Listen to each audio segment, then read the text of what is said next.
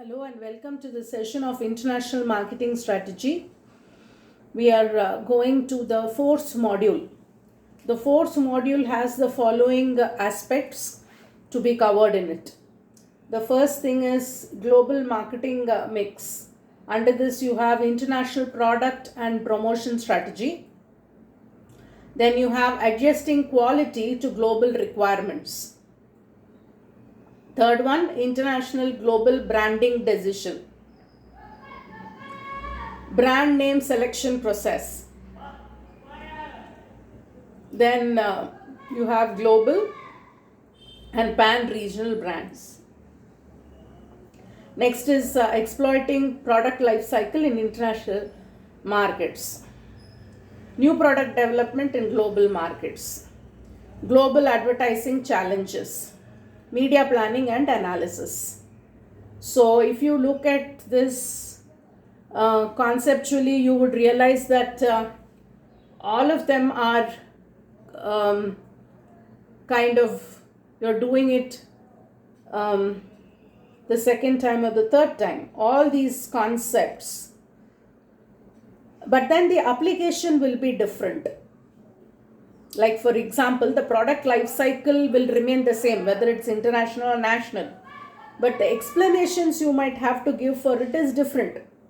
Like for example, when the PLC maturity stage comes to an end in one country, then the product gets moved to another country, right? So the in case study, in applications, in exercises, you will have a kind of perspective that is different, but otherwise conceptually it is the same concepts, most of them are. So let us look at this first aspect, which is international product and promotion strategy. So what is product strategy? There are three different things available, meaning options available. The first one is product extension.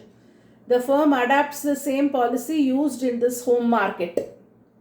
Okay, so if you look at any of these software international products, it is the same for all the markets. There is no Google or Apple products for US and for the rest of the world. Maybe the launch is a little earlier there, and then the production line is it takes a little time for it to get introduced to other markets, but by and large the product remains the same internationally, right? So straight extension, the same product to the different countries. Product adaptation, the company caters to the need and want of its foreign customers. So this you have many examples. So when Toyota came in here, and then when burgers came in here, they all adapted themselves. When Star Network came here, they adapted their products, their services, their content, to suit the Indian audience. Okay, you humpty number of examples you would be knowing about this, of how they adapted the product to the Indian requirements. No beef and no, Hindi programs like that. Then you have product innovation.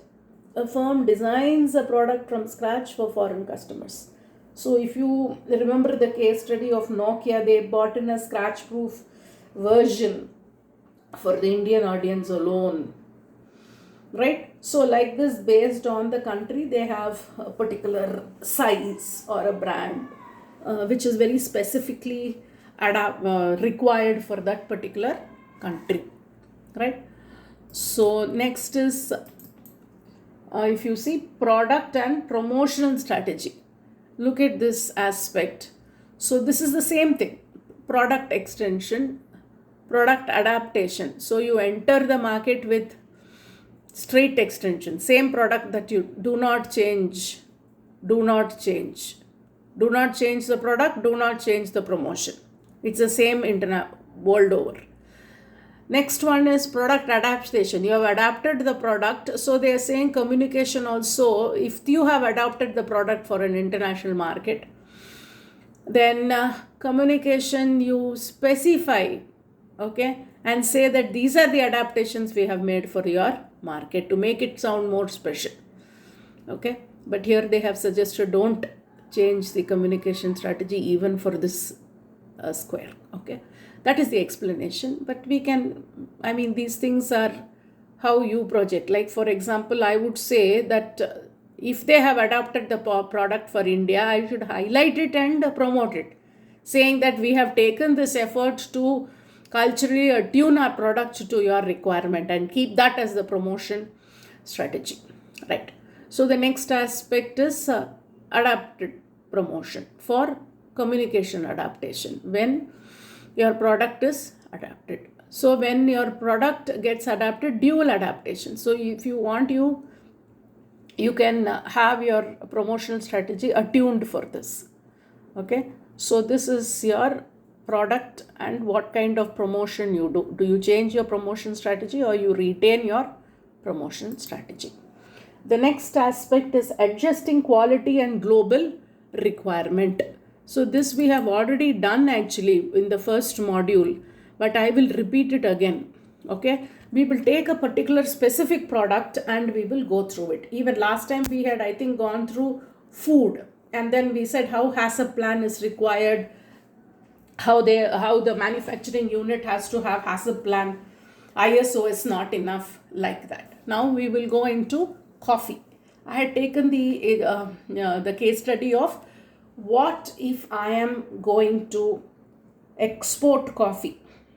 What are the requirements by the United States of America to import coffee from anywhere? What is it that they require? That is what it is ultimately, adjusting quality or process requirement. First thing is mark the country of origin clearly on the bag. They say that there is a difference between Brazil coffee and Indian coffee. So this is the first thing, because the customs rule. So quality involves not only the product aspect but also the labeling aspect, right? The declaring aspect. So next one is make country of origin certificate filled in. This is very important, right? Then import security filing no later than 48 hours before the shipment. So look at this requirement. So if you are exporting coffee, you have to just 48, only before 2 days you will have to do. Okay, and you can't, yeah. So they are so specific because they need to know how fresh it is and so on and so forth. So the importer security filling need to be filled just within 48 hours before the shipment happens from India. A custom bond clear coffee import. So in US, the US Customs and Border Protection, okay, they inspect. So you have to send 5 days before it arrives there. They have to have the paperwork and they have to go through this. Food and Drug Administration, they also review your paperwork. You must file a prior notice with the FDA before your coffee imports can be admitted, right? Some coffee imports though are reviewed by customs at the US port of entry. Okay, customs agents verify it. Coffee duty, tax, everything is based on the price of the imports. The US Food and Drug Administration, the FDA inspects the sample of your coffee imported. So you have to send, if it is 100 bags or less of coffee, you are sending 6 bags as sample. 100 to 200, 10 bags as sample. So to imagine to how many labs they'll be sending it and what is the internal process that they will be going through to assure that the coffee is good for consumption. So between 200 to 1000 bags, 15 bags you have to send. So these are all requirements. Okay, standard requirement or standard procedures you have to follow. Sustainable coffee efforts work is environment in mind. This is very, very important.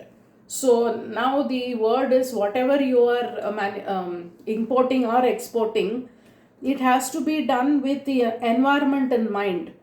There are many areas where in coffee plantation they have bonded labor, okay, and so they do not encourage such things. Another thing is called sustainable coffee. Sustainable coffee is people are deforesting and then having coffee plantation there. From that place you shouldn't import coffee. You have heard of blood diamond, right? So only if the blood diamond is if it is taken out from in a ethical manner, then they access it to the international market. Otherwise they stopped buying because it was blood diamond. I mean, people were waging wars, killing each other for that. So that is called sustainable coffee, sustainable diamond, all those things. So now it is a vogue. So apart from this is one of the more important quality measures, okay, before going into coffee. These aspects you have to prove to them. Next is quality initiatives by our coffee board. So this is as far as US is concerned. What do Indians do? What are the quality steps that they take? Training and trainers course for food safety based on principles of food hygiene, HACCP for officers, and coffee board for.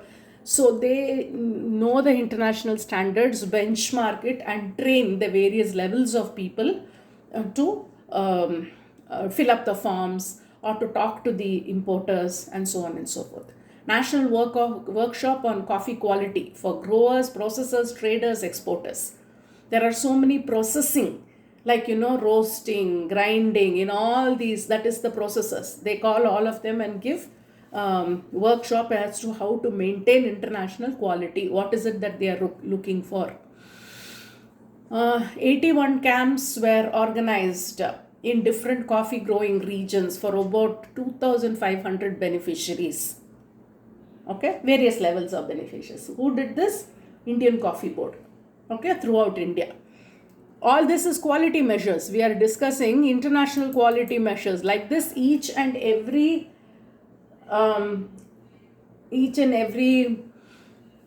product category, they will initiate to match the quality requirements of international. This I'm taking coffee, like this for tea, for sugar, like that for every single product, every single service.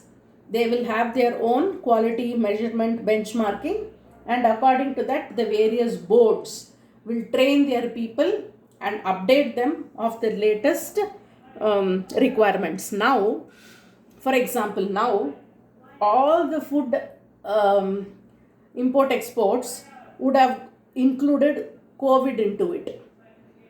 Packing should be done in this particular way. They have told that COVID virus stays in plastic for 15 days. So one of the quality requirements which they recently added is for 15 days no packet should be touched or opened. Only after. So like this they will keep doing an SOP. SOP is standard operating procedure. So you have to update yourself for that standard operating quality procedure and know which industry you are in and dovetail yourself for those international requirements, right? So this is as far as quality is concerned. The next one is international branding, which we'll do in the next session. Thank you very much.